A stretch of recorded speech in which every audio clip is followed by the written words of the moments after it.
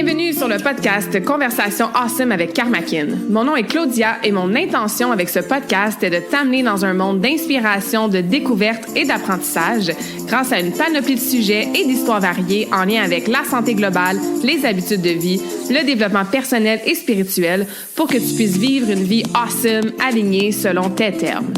Je t'invite à t'y abonner, à le partager et à laisser 5 étoiles sur ta plateforme préférée.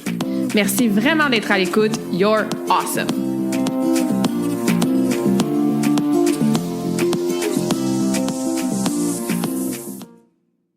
What is up, humain awesome qui est à l'écoute? Bienvenue dans la nouvelle conversation awesome de la semaine. J'espère que vous allez bien, que vous êtes en pleine forme. Aujourd'hui, on jase dans mon sujet principal. Un de mes sujets préf.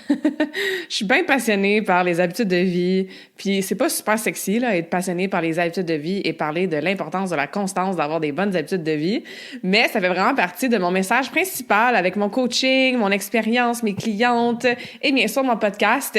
Et j'ai déjà fait plusieurs épisodes sur les habitudes de vie, mais je ramène le sujet aujourd'hui d'une façon différente de comment je parle des habitudes habituellement.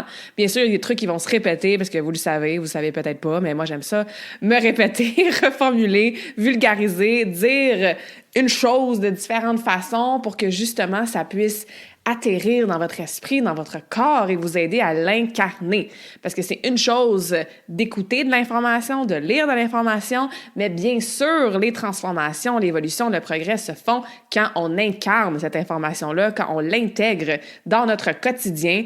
Et je crois sincèrement que pour vivre une vie awesome, alignée, épanouie, selon tes termes, avec beaucoup de bonheur, puis justement de croissance, d'évolution, alignée avec tes valeurs à toi, ben ça part de ta santé. Puis ta santé va éventuellement être la somme, l'addition de toutes tes habitudes que tu fais à tous les jours. Donc, c'est pour ça que je parle souvent d'habitudes de vie. C'est pour ça que même si c'est le problème principal que je règle dans mon coaching, les moins bonnes habitudes de santé ou les mauvaises habitudes de santé tout court, ben moi, personnellement, aussi, je continue d'étudier, d'écouter des podcasts, de lire sur ce sujet-là, parce que, ça m'aide avec mes propres habitudes et aussi, ça me permet justement d'enregistrer les épisodes de podcast ou de l'intégrer dans mon coaching puis de le formuler de différentes façons, de aussi rajouter comment je pourrais dire, des façons de comprendre ce grand concept-là d'intégration d'habitudes de vie parce que tu deviens ce que tu fais au quotidien. T'sais. Puis si tu écoutes cet épisode-là à la date de sortie, on est vraiment en mode genre le printemps s'en vient tranquillement pas vite, le nouvel an lunaire est là, on a les journées qui allongent, on a la nature qui nous fait honneur d'avoir des journées de plus en plus longues. L'effervescence du printemps, c'est comme le vrai nouvel an. On en avait parlé quand on avait été... quand on avait passé à travers la transition du nouvel an, du calendrier grégorien, genre du 1er janvier. Puis j'avais fait un épisode de podcast là-dessus en expliquant que, OK, mais le pic de l'hiver en janvier, c'est encore fait pour genre se ralentir, puis comme se reposer, puis hiberner, là, tu sais. Alors que là, peut-être que tu le sens déjà dans l'air, dans ton énergie, c'est comme, bon, là, c'est un bon moment, là, pour se fixer des objectifs, planifier notre été, notre printemps premier, notre printemps, notre été, le reste de l'année et justement faire un bilan de où est-ce qu'on en est avec ces habitudes-là. Donc, c'est un bon timing maintenant pour, bien sûr, réintroduire une conversation sur les habitudes de vie. Puis si tu écoutes cet épisode-là, pas genre au mois de février-mars, ben c'est bien correct aussi. Bien sûr, les trucs, les stratégies et surtout la compréhension que je vais hopefully t'aider à avoir, mais ça va vraiment t'aider, peu importe on est quel mois dans l'année.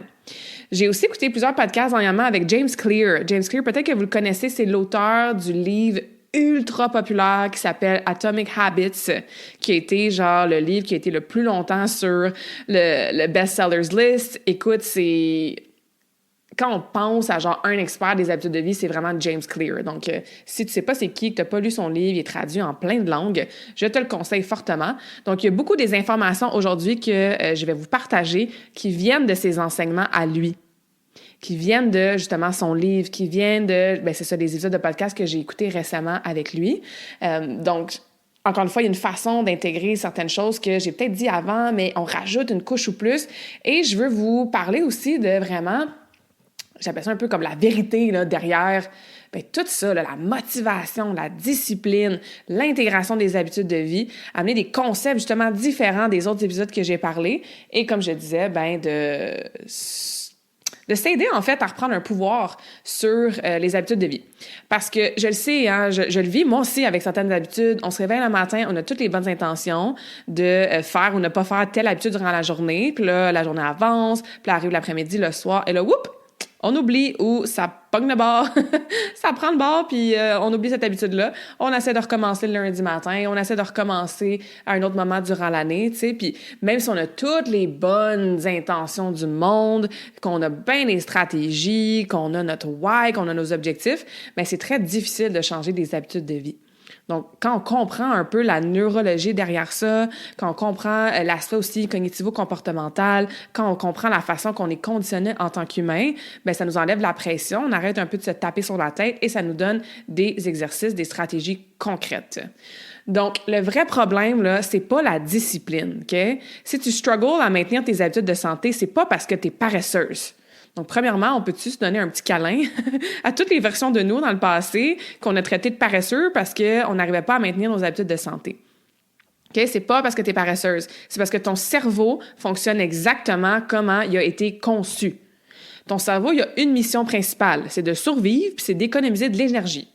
C'est pas de te rendre en santé, c'est pas de te rendre discipliné, c'est pas de te rendre en pleine forme, c'est pas de te faire ton meal prep le dimanche. Le cerveau veut survivre puis il veut optimiser pour sauver de l'énergie.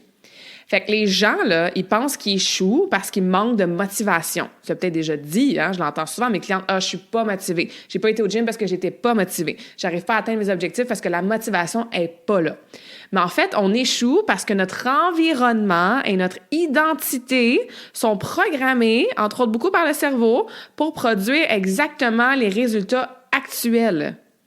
Donc, ce que tu fais en ce moment, ton environnement, ton identité, ton cerveau va s'assurer le plus possible de refaire exactement ce que tu fais en ce moment parce que ça te fait économiser de l'énergie, ça te garde en mode survie parce que tu as survécu jusqu'à aujourd'hui et c'est moins menaçant, en fait. Donc, c'est pas que tu as des mauvaises habitudes, ou plutôt, comment je pourrais dire, c'est que tes habitudes sont une manifestation de ton identité actuelle. Les habitudes, c'est pas quelque chose que tu as. C'est un peu qui tu es, en fait. C'est pour ça que je dis souvent, moi, tu deviens tes habitudes. C'est d'ailleurs le titre de ma conférence atelier principale, tu sais. Donc, si tu crois inconsciemment, parce que souvent ces croyances-là sont inconscientes, ou consciemment que, mettons, toi, tu es quelqu'un qui abandonne tout le temps, bien, c'est sûr que tu vas abandonner. Tu vas finir par t'auto-saboter puis tu vas abandonner l'habitude. Si tu crois fondamentalement que toi, tu es quelqu'un qui prend soin de sa santé, bien, tu vas agir différemment sans faire d'effort. C'est moi, là, m'entraîner tout le temps, c'est pas un effort, c'est qui je suis. Oui, c'est une habitude, bien sûr, que j'ai à tous les jours, mais c'est surtout qui je suis. Je suis une personne qui s'entraîne, je suis une personne qui fait du sport, je suis une personne qui fait de l'activité physique régulièrement. Donc, c'est pas un effort, en fait. Donc, chaque action que tu vas faire, c'est comme si, vois ça comme un vote pour le type de personne que tu crois être, que tu veux devenir. Fait que, par exemple, pour la santé, tu sais, parce que bien sûr, on parle beaucoup des habitudes de santé, mais tu peux mettre ça dans toutes les habitudes de vie que tu as au niveau professionnel, relations, etc., tu sais. Fait que chaque workout que tu fais, c'est un vote qui va pour l'identité de « je suis quelqu'un d'active ». Mettons que tu travailles ton sommeil. Chaque bonne nuit de sommeil, que tu te couches de bonne heure, que tu dors assez, bien, c'est un vote pour, je sais pas moi, l'identité de quelqu'un qui respecte son corps, tu sais. Fait que t'as pas besoin d'être parfaite. Ça aussi, on doit s'enlever de la pression. Mieux vaut être constante, j'aime bien la règle du 80-20, 80% du temps, que de toujours vouloir viser la perfection avec l'intégration d'une habitude. Puis là, dès qu'on manque une fois, ben, on arrête, hein, on abandonne. Fait que pas besoin d'être parfaite, mais pense à accumuler des votes. Dans le fond, tu votes pour toi-même, pour la version que tu vas être avec l'identité que tu vas être. Fait qu'encore une fois, tu manques pas de motivation. Tu as un cerveau qui automatise ce qui est familier. Fait que pour comprendre ça, il faut comprendre, dans le fond, c'est quoi une habitude? On parle d'habitude. Une habitude, c'est un comportement que ton cerveau il a automatisé à force de répétition. Pour, mettons, résoudre un problème, mettons, tu as les dents sales, ben, la résolution de problème, c'est que tu as l'habitude de te brosser les dents tous les jours, tu sais, tout en économisant de l'énergie. La loi du moindre effort. En tant qu'humain, là, encore une fois, c'est relativement commun et même conditionné. On est fait pour sauver l'énergie puis trouver vraiment la façon la moins demandante de faire ce qu'on a à faire. Donc, les habitudes, c'est comme des solutions automatisées. C'est un automatisme. Comme je disais, brosser tes dents, checker ton téléphone. Checker ton téléphone, c'est la solution pour quoi? C'est une solution pour, je sais pas moi, réduire l'ennui. Hein? Dès qu'on s'emmerde là, ou qu'on attend 1 minute, genre, on pogne notre téléphone, puis c'est une habitude de toujours vérifier notre téléphone pour, encore une fois, amener une solution au fait qu'on s'emmerde. Manger du sucre. Souvent, c'est une solution qui est rapide parce qu'on se dit « Je suis stressé, je dois manger du sucre » ou « J'ai de la peine, je dois manger du sucre » ou « J'ai besoin d'énergie, je vais manger du sucre ». Donc, c'est un automatisme. Si on n'avait pas les habitudes de vie, la vie serait vraiment épuisante. Parce que chaque habitude qui est là, que tu n'as pas besoin d'y penser, que c'est automatique, bien, ça te libère de l'espace mental. Hein? C'est comme des raccourcis mentaux qui nous permettent de fonctionner. Imagine si, genre, tout ce que tu fais durant ta journée, fallait que tu ailles chercher de l'énergie d'activation, puis là, tu te convainques de te brosser les dents, puis après ça, tu trouves l'énergie pour attacher tes souliers, puis après ça, pour faire ta couette avec ton élastique. Ouf, on serait vraiment, vraiment brûlé à la fin de la journée, puisqu'on l'est déjà, en fait. Donc, c'est ça, l'espèce de concept d'automatisme que le cerveau est comme, OK, c'est ça qu'on fait, on sauve de l'énergie, c'est une solution, je clique ici, ça m'amène là direct, je clique sur, je suis stressé, ça m'amène à manger du sucre. Des automatismes comme ça. Il y a souvent 4 étapes, ça c'est James Clear qui l'explique vraiment bien, en fait, au niveau du cycle, quand il y a une habitude qui vient, bien sûr, se créer, se faire. Fait qu'en 4 étapes, la première étape, c'est le signal. Il y a quelque chose, il y a un signal, il y a un trigger. La deuxième étape, c'est l'envie. La troisième étape, c'est la réponse. Et la quatrième étape, c'est la récompense. Donc, je donne un exemple. Mettons, ton signal, c'est genre, je suis fatigué. Hein? Ça nous arrive d'être fatigué? Je suis fatigué en ce moment, c'est mon signal, c'est mon trigger. Qu'est-ce que j'ai envie? Bien, j'ai envie de ne plus être fatigué. J'ai envie de retrouver de l'énergie. OK. Fait que ça va être quoi la réponse? Souvent, qu'est-ce qu'on fait quand on est fatigué? On va prendre un autre café. Des fois, on va aller faire une sieste. Des fois, manger du sucre. C'est quoi la récompense d'avoir pris ton café ou d'avoir fait ton nap? Ben, hopefully, tu as un soulagement puis tu es moins fatigué après. Fait que le cerveau, il apprend ça. Ah, quand j'ai un signal que je suis fatiguée, voici l'envie que j'ai, puis voici la réponse que je dois aller chercher parce qu'après ça, j'ai une récompense, je vais me sentir mieux. Donc, encore une fois, la solution fonctionne. Alors, je l'enregistre et je l'automatise. Et si on le répète, on répète, à chaque fois on est fatigué, on mange du sucre, à chaque fois on est fatigué, on mange du sucre, puis encore une fois, c'est là que l'habitude devient très ancrée. Il y a un circuit neuronal, neurologique au niveau du cerveau qui se fait. Puis c'est important de se souvenir que ton cerveau, ton subconscient, tout ça, va pas nécessairement automatiser ce qui est bon pour toi. Il va automatiser ce qui fonctionne, ce que tu répètes, ce qui va te soulager rapidement, ce qui te garde en sécurité.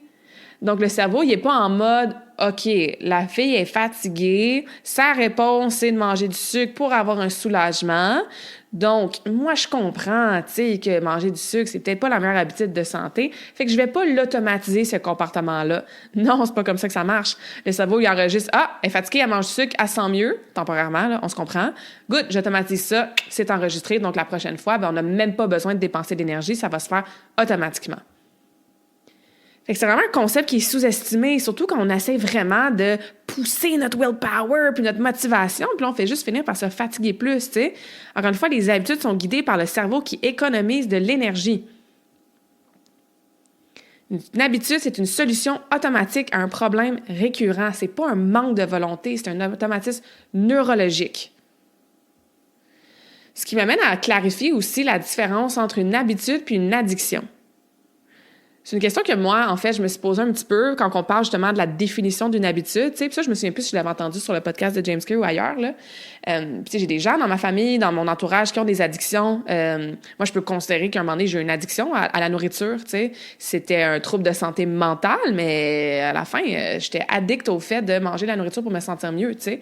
Je pense que la plupart, on peut se reconnaître aussi dans l'addiction de toujours checker nos téléphones puis nos messages, tu sais. Mais il y a une différence, bien sûr. Je veux dire, c'est pas parce que tu fais quelque chose à tous les jours que c'est nécessairement une addiction. On se comprend. Mais je veux quand même clarifier ça. Parce qu'on voudrait pas nécessairement que nos habitudes deviennent des addictions. Parce que ça aussi, je le vois des fois, surtout dans le monde de la santé, puis je l'ai vécu, tu sais. Devenir addicted à s'entraîner, devenir addicted à compter les calories. Moi, je l'ai vécu justement avec mes troubles alimentaires, tu sais. Fait qu'il y a vraiment une confusion majeure entre ces deux termes-là. Puis ce qu'il faut comprendre, c'est que toutes les addictions sont des habitudes.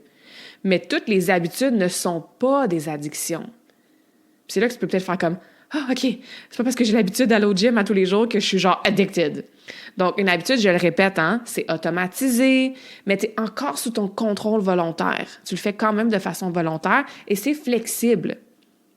Une addiction, il y a beaucoup l'aspect de dépendance. On revient au cerveau, une dépendance neurologique qui est forte. Il y a une activation très intense du système de récompense. Tu as une perte partielle de contrôle. Moi, je me souviens quand je bingeais, là, je veux dire, après avoir bingé, j'étais comme, mon Dieu, j'ai vraiment perdu le contrôle. Je n'étais pas en contrôle de mes moyens pendant que je me gavais de nourriture, tu sais. Alors que l'habitude de bien manger, ben j'ai le contrôle quand même. L'addiction, on comprend la différence, il y a une perte soit totale ou partielle de contrôle. Et dans une addiction, il y a cette continuation-là malgré les conséquences négatives. Genre, c'est plus fort que toi, même si tu sais que ça te fait du tort ou ça fait du tort aux gens autour de toi, ça fait du tort pour ta santé, ben tu continues parce que you're addicted.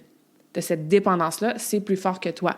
Alors que si tu développes une habitude qui te garde, encore une fois, dans cette flexibilité-là, oui, un automatisme, mais tu sais, encore une fois, tu as encore un contrôle volontaire, mais si l'habitude t'amène vraiment beaucoup de conséquences négatives, beaucoup plus facile à arrêter. Donc, une addiction, oui, c'est une habitude, mais c'est une habitude qui est devenue la stratégie, encore une fois, principale de ton cerveau pour gérer tes émotions. Genre, je reviens à l'exemple cellulaire, là, l'espèce de dopamine numérique, là. Tu sais, d'avoir un petit hit de dopamine. Oh, je me sens vraiment mieux, tu sais, en checkant mes likes ou en checkant de quoi sur Internet ou en scrollant ou en... Le sucre, c'en est un autre, tu sais. Fait qu'il y a beaucoup, beaucoup d'exemples modernes là, qui nous montrent ces petites addictions-là. Fait que c'est pas un problème moral. Encore une fois, c'est très neurologique. Et les addictions, je suis zéro une experte là-dedans, donc c'est un sujet très, très, très complexe. C'est pas le but aujourd'hui d'en parler en fond et en large, mais je voulais quand même amener cette nuance-là entre habitude et addiction, parce que comme je dis, c'est quelque chose que moi, je me suis questionnée et que j'ai déjà eu la réponse, en fait, la question de certaines personnes. Mais là, Claudia, si je fais ça tous les jours, ça va-tu devenir une addiction, tu sais? Une chose que je veux ramener aussi, tu sais, c'est que les habitudes, souvent, c'est une réponse au stress, ou plutôt une solution au stress. Dans le sens que je vous disais tantôt, quand on a un stress, on a un trigger, bien, c'est quoi la solution? Et l'habitude qu'on fait va aller nous chercher, en fait, cette solution-là. Puis souvent, la solution, bien, on veut que ça nous fasse sentir mieux. Il faut qu'il y a beaucoup de mauvaises habitudes qu'on a qui sont des mécanismes d'adaptation. On s'est adapté à ce stress-là. C'est pas par un manque de discipline qu'on a nécessairement des mauvaises habitudes.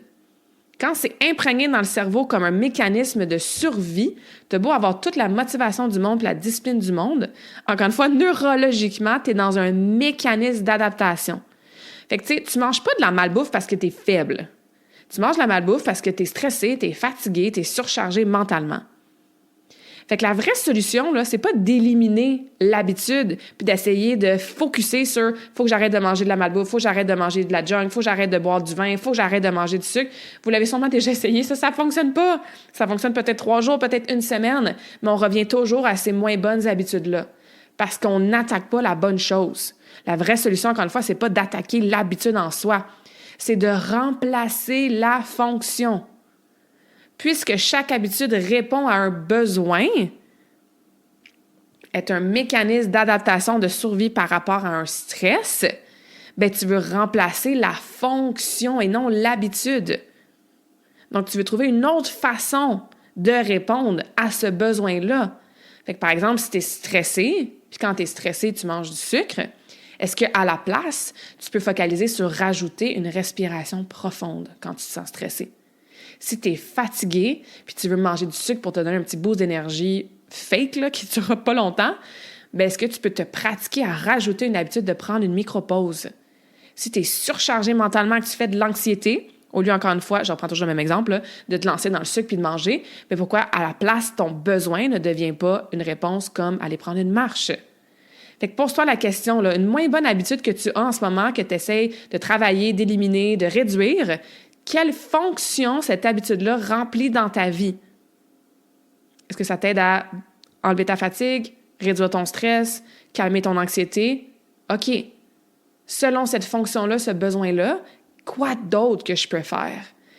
Et est-ce que je peux focaliser sur rajouter ça au lieu de me dire, je vais éliminer l'habitude, parce qu'encore une fois, on le sait que très souvent, ça ne fonctionne pas. Ensuite, au niveau des habitudes, il y a comme une espèce de hiérarchie. Hein? Il y a des habitudes que vous avez peut-être sûrement remarquées dans votre quotidien et que vous avez vécues dans l'intégration de meilleures habitudes dans n'importe quelle sphère de vie. Il y en a qui sont beaucoup plus dures à arrêter ou à commencer que d'autres. On s'entend? Genre, brosser ses dents, c'est facile, mais s'entraîner, c'est difficile. On se comprend. Boire de l'eau, c'est peut-être plus facile, mais arrêter de fumer, c'est pas mal plus difficile. Il y a une distinction fondamentale. On revient au concept que les habitudes sont automatisées et sont souvent au niveau de notre survie. Hein? Bon, brosser nos dents, attacher nos souliers. Je parlais tantôt de faire la couette si tu as les cheveux d'en face. C'est comme, tu réfléchis pas. Là. Tu prends ton élastique, tu fais ta couette, c'est un automatisme. Faire ton lit le matin, je sais pas, moi, remplir le bol d'eau à ton chat. T'sais. Bon, c'est peut-être la survie du chat, là, c'était pas... ta survie à toi, mais on comprend. Là. Ce genre d'habitudes-là quotidiennes, que comme ça nous demande zéro énergie à faire, on les fait, c'est intégré. Ils sont faciles parce que, premièrement, il y a une faible résistance. Pour brosser tes dents, ça ne demande pas beaucoup d'efforts. Sûrement que ta brosse à dents, ta pâte à dents est facilement accessible, c'est intégré depuis très longtemps. Il n'y a pas un gros défi, une grosse résistance. Il y a une récompense qui est immédiate. Genre, dès que tu as brossé tes dents, tu te sens mieux. Hein, ta bouche est fraîche, ton haleine est fraîche, ça fait du bien. Et il n'y a pas nécessairement de changement d'identité. Puis ça, c'est super important parce qu'aujourd'hui, je vais répéter souvent que tu deviens tes habitudes. Donc, c'est un changement identitaire que tu dois faire pour avoir des meilleures habitudes de santé. Donc, tu n'es pas spécial parce que tu te brosses les dents. Tu n'as pas besoin de changer d'identité puis de devenir une personne qui se brosse les dents. C'est intégré depuis tellement longtemps. Encore une fois, je prends l'exemple de brosser ses dents parce que c'est une habitude qu'on a tous, je l'espère, OK? Mais versus des habitudes qu'on appelle plus de transformation.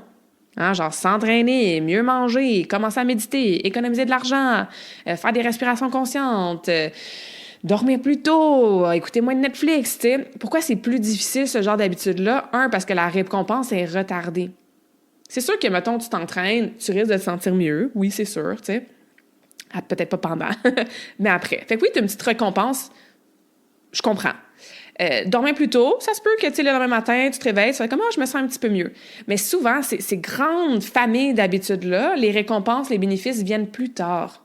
C'est après quelques jours, quelques semaines, quelques mois que tu vas faire comme, j'ai été constante avec mon habitude de m'entraîner et là, j'ai la récompense parce que je le vois dans mes vêtements, je le sens dans ma force, dans ma confiance, dans mon corps, j'ai plus d'énergie. Versus la récompense immédiate. Il y a souvent une résistance, tu sais, dans l'autre, je vous disais, brosser les dents, il n'y a pas beaucoup de résistance. Il y a souvent des résistances énergétiques, entre autres, par rapport à l'intégration de ces habitudes-là. Ça demande un petit peu plus de préparation, un petit peu plus d'effort, un peu plus d'énergie. Tu sais, si ça fait très, très, très longtemps que tu n'as pas été au gym, puis tu veux commencer l'habitude d'aller au gym, il y en a des étapes, là. Premièrement, il faut que tu trouves un gym, il faut que tu t'inscrives, hein?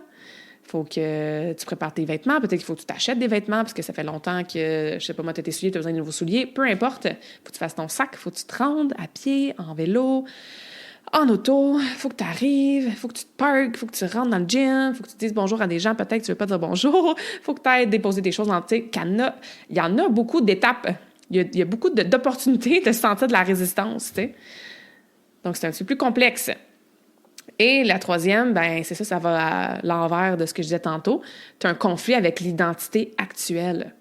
Fait que si en ce moment, tu n'es pas une personne active, tu n'es pas une personne qui s'entraîne, le fait de dire, non, je m'en vais au gym, je m'en vais m'entraîner, je commence cette habitude-là, je vais la travailler. Quand on revient, encore une fois, au niveau du cerveau, de la neurologie, même du subconscient, même de l'ego, hein, l'ego qui est très dans « je suis qui hein, », le « je », mon identité, il y a comme un conflit. Genre, qu'est-ce que tu fais là, aller au gym? T'es pas une personne qui va au gym, toi. Qu'est-ce que tu fais là, te lever tôt le matin? Toi, t'es un night owl, t'es pas un morning person. Qu'est-ce que tu fais là, méditer? T'as jamais médité de ta vie, tu sais? Puis ça, c'est pas toujours conscient, même que c'est souvent inconscient. Donc, c'est là que ça va bien quelques jours, puis on a le fameux saboteur qui reprend le dessus. Il y a quelque chose qui se passe dans notre vie et pouf, la nouvelle habitude prend le bord. Les habitudes de santé, c'est pas nécessairement qu'ils sont difficiles physiquement. Bon, peut-être s'entraîner, oui, mais c'est surtout qu'ils sont difficiles neurologiquement. Fait que j'espère que ça vous enlève un petit peu de pression. Et ça me ramène au concept le plus important, comme je dis, j'allais répéter beaucoup aujourd'hui, l'identité. Okay? Puis ça, James Clear en parle énormément, c'est le concept central, en fait, de son livre, tu sais. Les comportements durables viennent de l'identité, pas de la motivation. Je répète que chaque action que tu fais, c'est comme si tu faisais un vote pour le type de personne que tu crois être, que tu veux devenir être. Donc, plus tu vas croire fondamentalement que tu es quelqu'un en santé, tu es quelqu'un qui mange équilibré, tu es quelqu'un d'actif, tu es quelqu'un qui se lève tôt le matin avec l'énergie, plus tu vas croire ça, bien, plus tu vas agir différemment, éventuellement, automatiquement. Encore une fois, versus quelqu'un qui est comme « j'essaye de m'entraîner ». Tu sais, on le sent déjà. Il faut avoir la certitude. C'est quasiment « fake it till you make it ». Il faut que tu convainques ton cerveau encore et encore et encore et encore que tu es ce genre de personne-là. Puis tranquillement, tu vas trouver des preuves. Tu vas aller au gym, tu vas commencer à marcher, tu vas peut-être faire 10 push-ups dans ta pause, tu vas peut-être t'étirer un peu, puis tranquillement, de semaine en semaine, tu vas être comme « Hey, c'est vrai que je suis quelqu'un qui fait de l'activité physique. J'ai des preuves maintenant. » Puis plus je me le répète, bien plus je vais trouver des opportunités de bouger. Je vais focusser là-dessus, consciemment et inconsciemment. Puis plus je répète, bien plus il y a des nouvelles connexions neuronales dans mon cerveau qui vont faire en sorte que neurologiquement, ça va être plus facile après d'intégrer l'habitude. Fait que le but, exemple, je prends l'exemple de la course, le but, c'est pas de courir. Le but est de devenir un coureur, une coureuse, quelqu'un qui court. Make sense? Good. Au niveau de l'identité, en parallèle à ça, un autre concept super important qui va t'aider à dicter ton comportement répétitif qui va devenir ton identité, je pense qu'on comprend maintenant, c'est ton environnement. Ton environnement est plus puissant que ta motivation. Encore une fois, le cerveau choisit l'option la plus facile. Je vous donne des exemples. Si tu as de la junk dans tes armoires, tu vas manger de la junk. Si ton téléphone est proche, ben tu vas le prendre ton téléphone. C'est pas de la faiblesse, c'est de la biologie. Il faut que tu modifies ton environnement. Fait que de focaliser là-dessus au lieu de focuser sur « Ah, faut que je sois plus discipliné ». J'ai mon téléphone juste à côté de moi tout le temps, là. Puis j'ai toujours, genre, mes aliments préférés de biscuits puis de gâteaux dans mon frigo. Peut-être pas dans le frigo des biscuits et des gâteaux, dans mon armoire. Qu'à manger, peu importe. Mais là, je vais être disciplinée. Puis je vais me forcer, puis je vais résister. Aïe, aïe, ça m'en demande de l'énergie, ça. Et là, qu'est-ce qui se passe? Ben, on check le téléphone, puis on mange des chips, puis des biscuits, parce qu'ils sont là, sont dans notre face. La discipline, là, c'est fragile. C'est très rare qu'on est toujours discipliné avec un willpower de fou. Par contre, l'environnement, c'est durable. Fait que si dans ta cuisine, là, puis dans ton frigo, tu as des fruits, des légumes, des bonnes collations à la vue, faciles d'accès, bien, c'est clair que tu vas en manger plus. Si, par exemple, c'est des biscuits qui sont visibles, bien, tu vas les manger, les biscuits. Pas parce que tu es faible, parce que tu es humaine. Les comportements évidents deviennent automatiques. Fait que c'est la même chose avec ton environnement. Qu'est-ce qui est évident qui te saute dans la face? Bien, c'est sûr que tu vas avoir tendance à le prendre, à le manger, à le faire. Puis le contraire est aussi vrai, hein? Si tu veux, je sais pas moi, faire du yoga matinal pour t'aider avec, je sais pas moi, ton système nerveux, puis tes étirements, puis tout ça le matin avant de commencer ta journée, mais que t'as aucune place, ton tapis est pas là, tu sais pas quel genre de yoga faire, t'as pas checké sur, je sais pas moi, YouTube ou whatever, ben il y a beaucoup d'obstacles qui sont là dans ton environnement, il est pas propice à t'aider à faire la dite habitude. Ça, je pense que c'est un concept qu'on comprend bien. Mais encore une fois, au lieu de focusser sur « je vais me discipliner, puis je vais me forcer, puis je vais résister », ça demande vraiment encore une fois, de l'énergie. Puis là, on se tape sur la tête quand on résiste pas, tu sais. Fait qu'à la place, comment peux-tu changer ton environnement? Tu sais, fait qu'encore une fois, pour l'activité physique, ton tapis de yoga, es-tu déjà ouvert dans ton salon? T'as-tu un kettlebell à côté de ton divan? Choisis un gym qui est sur ton trajet, là, qui est pas à 20 minutes de détour, tu sais, si tu passes devant, là. Mais les aliments sains à la hauteur de tes yeux, faciles d'accès. Les autres aliments, peut-être pour les enfants ou ton conjoint, plus dans une autre armoire que tu n'ouvres jamais, que tu n'as pas accès en arrière des autres affaires, tu sais. Cache-les aliments transformés ou qui sont triggering pour toi. Prépare-toi une petite station santé, peut-être à ton bureau. Sur ça, on voit ça souvent. C'est un peu caricatural, mais tu sais, on voit ça des fois dans les films, là, genre, la personne ouvre son bureau, puis elle a comme un tiroir, là, avec plein de barres de chocolat, puis plein de bonbons, tu sais. Ou il va y avoir un bol dans la salle commune ou dans la salle de conférence avec plein de bonbons dedans, puis des chocolats. Puis à la place, pouvez-vous mettre un bol de fruits, tu sais, ou avec des noix, ou peu importe. Pour ton sommeil, mets ton téléphone hors de ta chambre. Si tu sais que tu as tendance à scroller pendant une demi-heure, 1 heure de trop avant d'aller dormir, ben enlève ton téléphone. Fais juste pas l'amener dans ta chambre. Puis il y en a qui vont dire « Ouais, mais Claudia, c'est mon alarme. » Moi, j'ai une alarme que j'ai achetée au Dollarama ou Walmart, je me souviens plus, ça doit faire 20 ans, il est tout jauni. Puis quand je mets une alarme, ben, c'est ce que j'utilise, tu sais. Ou au moins, mets ton téléphone sur mode avion. Mets-toi une petite lampe tamisée automatique que tu sais qu'à telle heure, elle va se fermer. Donc, comment peux-tu t'assurer que ton environnement est propice à faire ou pas faire les habitudes que tu veux faire ou que tu veux pas faire? Je répète, la discipline, c'est utile une fois. Tu étais discipliné une fois quand tu as résisté de ne pas prendre ton téléphone. Tu étais discipliné une fois quand tu as résisté de manger la boîte au chocolat au complet. Alors que l'environnement, c'est utile à tous les jours. Et quand tu as un environnement qui est propice, ben, tu peux commencer. Et commencer l'habitude, là, c'est le vrai obstacle. C'est la partie la plus difficile. Puis je sais que vous allez pouvoir raisonner avec ça.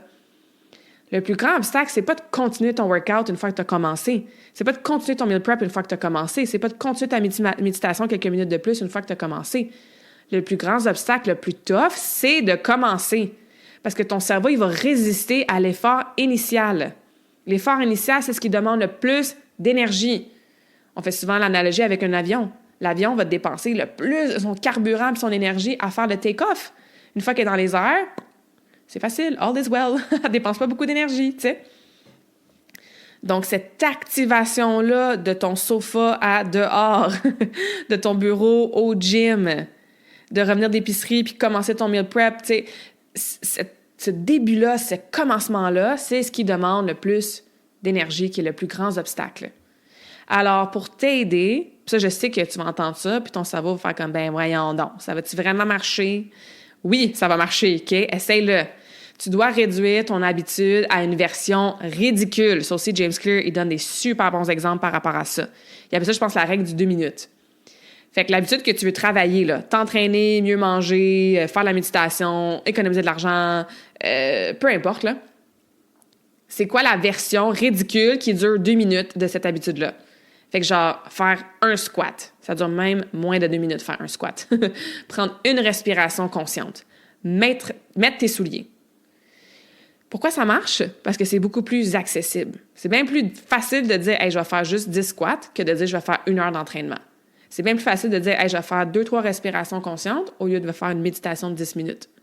C'est bien plus facile de dire « Hey, je vais mettre mes souliers de course » au lieu de se dire « Je vais aller courir 100 km ».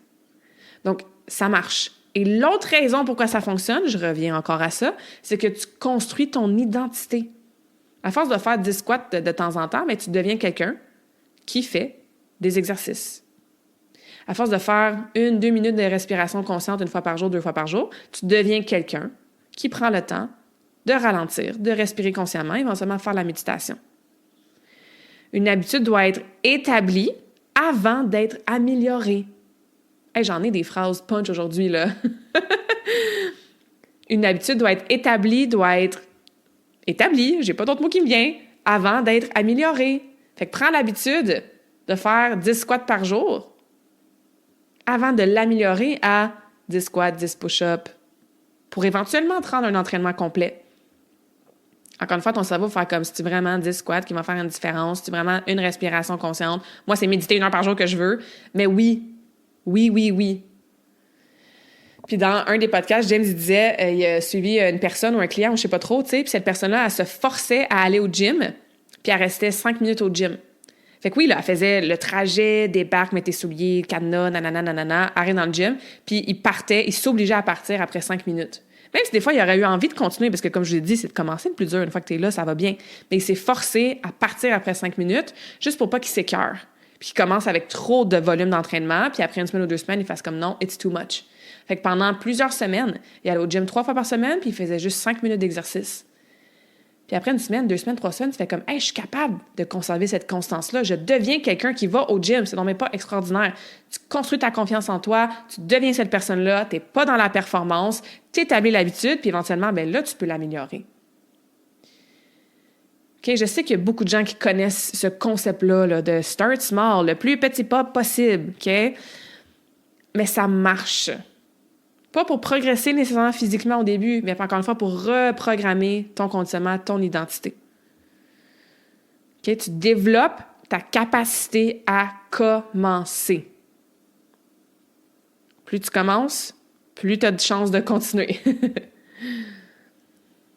Ce qui m'amène aussi à parler de pourquoi on abandonne. Bon, entre autres, pour cette raison-là, on commence beaucoup trop grand. Hein? On veut s'entraîner 3 fois 45 minutes, on veut méditer 20 minutes par jour, on veut économiser 3 000 $ par semaine, on veut faire un meal prep genre avec nos 36 plats Tupperware dès le premier dimanche, on veut se coucher 3 heures plus tôt. Bref, hein? C'est too much, too soon. Justement parce qu'on n'a pas le temps de devenir cette personne-là, donc ça prend le bord, entre autres. Le progrès, il est souvent invisible au début. Surtout si vous avez des objectifs esthétiques, de composition corporelle, de vous sentir plus énergique, de perdre du gras, d'avoir plus de masse musculaire, d'avoir plus d'endurance, d'avoir moins mal à certains endroits, tu sais. Le progrès, il est souvent invisible au début. Si vous pesez aussi, peut-être vous l'avez déjà vécu. En fait, ça dépend.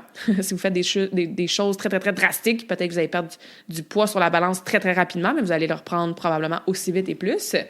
Ou sinon, si vous faites une approche que moi, je mets beaucoup de l'avant, qui est plus lentement mais sûrement, des fois, ça prend du temps, plus de temps qu'on penserait, tu sais, voir un changement sur la balance. De toute façon, il n'y a vraiment pas juste la balance qui compte. Mais bref, souvent, le progrès, ce que je veux dire, c'est que c'est ça. C'est soit invisible au début ou très, très slow. Le cerveau va changer avant le corps. C'est pour ça qu'il ne faut pas arrêter quand tu ne vois pas de résultats immédiats. Le changement est quand même, en fait, en train de se produire. Fait que le travail que tu fais dans tes habitudes de vie, même si tu ne le vois pas encore physiquement, il n'est pas perdu. Il est stocké. Il est en train justement de se travailler, de se changer au niveau de ton cerveau. Ça se fait graduellement.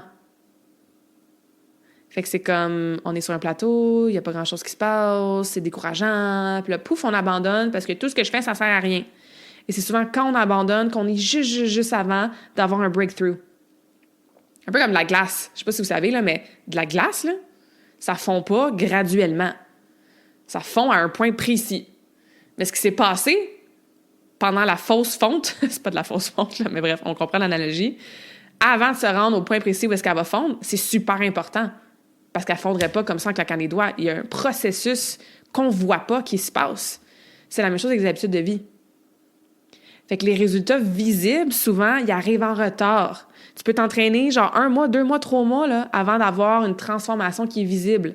Sauf que neurologiquement, tout change et rapidement. Okay, donc, c'est pas perdu ce que tu es en train de faire. Puis ça, j'ai eu justement, il n'y a pas si longtemps, une conversation tellement powerful avec une de mes clientes où est-ce que je la vois, là, ça fait peut-être 2 mois qu'on a commencé ensemble.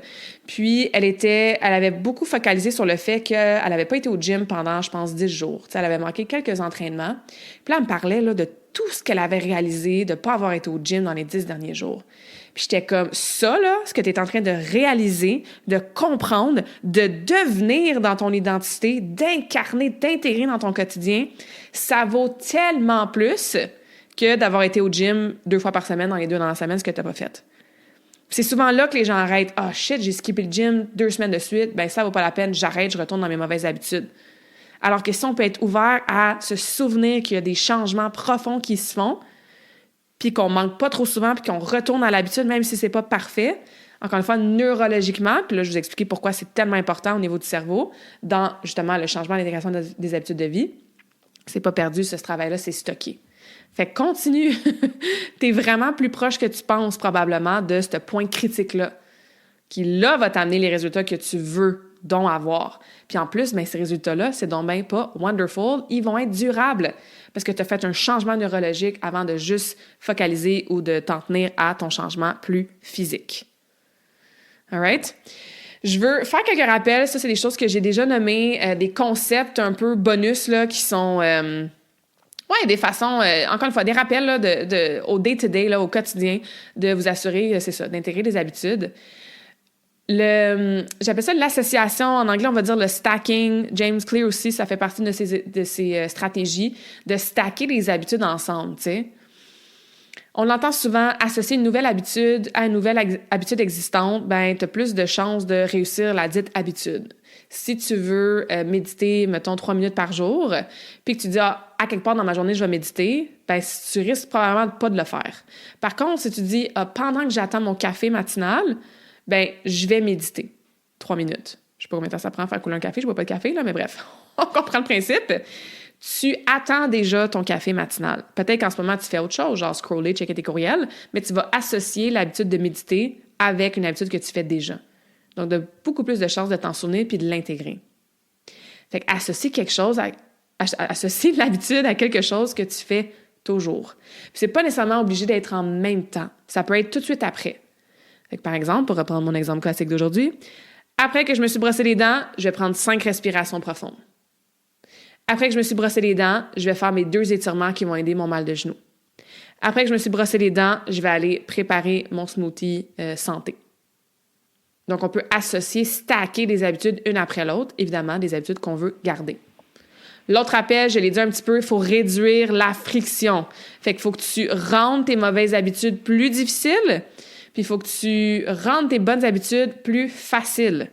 Donc, on revient avec l'addiction du téléphone. Supprime des applications. Enlève tes notifications. Garde pas ton téléphone proche de toi.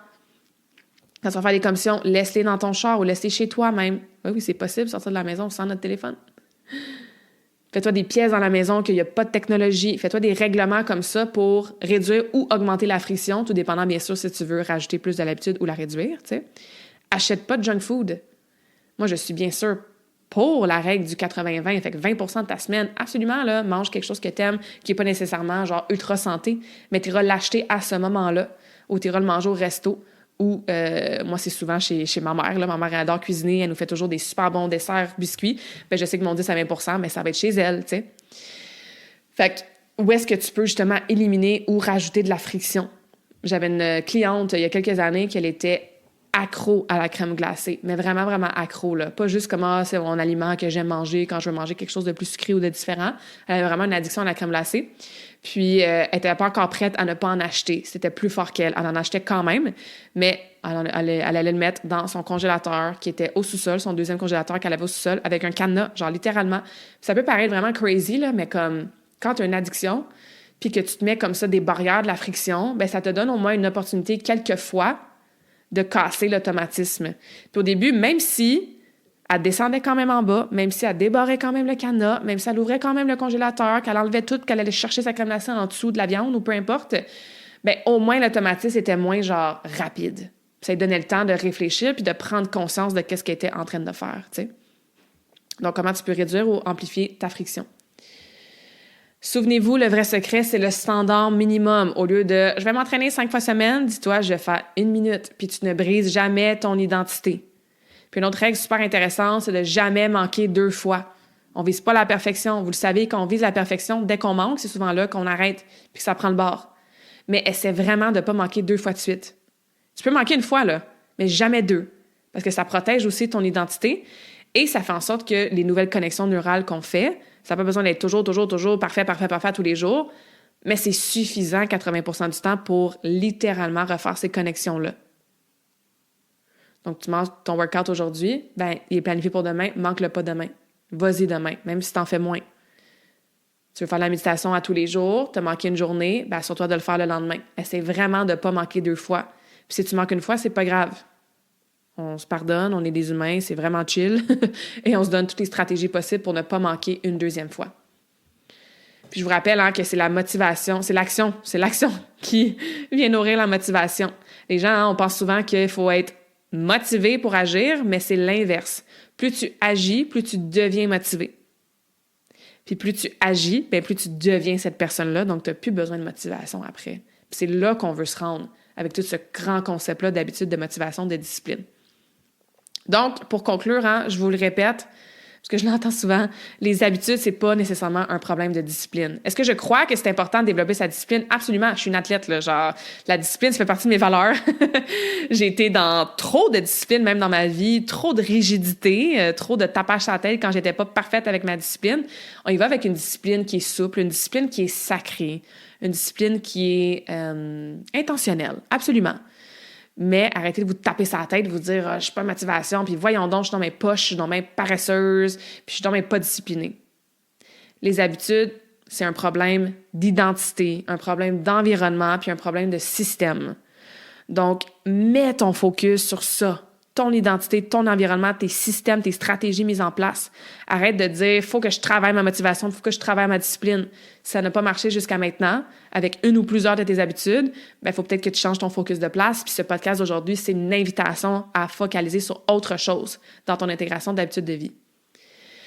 Puis rappelle-toi que tu ne deviens pas en santé en atteignant un objectif. Tu deviens en santé en devenant quelqu'un qui vit comme une personne en santé. Donc, la version de toi qui est en santé, qui a des bonnes habitudes saines de vie, on a parlé beaucoup de nutrition, d'entraînement aujourd'hui, mais il y a d'autres piliers dans la santé, les connexions avec les autres, bien sûr, le sommeil, notre façon de gérer notre stress, notre connexion à un plus grand que soi, à la nature, à nous-mêmes, tu sais. Mais ces grands piliers-là de la santé, ces sphères de vie-là, il faut que tu deviennes quelqu'un qui vit comme une personne, que ces piliers-là sont en santé. Fait que regarde autour de toi, regarde si tu as un modèle, ou utilise-toi comme modèle. Il y a peut-être un moment dans ta vie où est-ce que tu avais des habitudes un peu plus saines de façon constante. Ou utilise la future toi. Qu'est-ce que ta future toi ferait? Ça, c'est quelque chose que je me pose très souvent et que j'invite mes clientes à se poser aussi. Parce que chaque petite action que tu poses aujourd'hui, c'est pas juste une action. Encore une fois, c'est un vote. J'aime l'analogie, là. Tu votes pour toi-même, en fait. Tu votes pour la personne que tu es en train de devenir. So, what would my higher self do? Qu'est-ce que la version de moi qui est déjà en santé, encore une fois, de façon constante, 80% du temps, on ne vise pas la perfection. Je pense que le 80-20, ça fait partie d'ailleurs d'une approche qui est très, très saine. Mais qu'est-ce qu'elle ferait comme action, cette personne-là? C'est l'effet cumulatif qui va faire en sorte que tu vas devenir ça.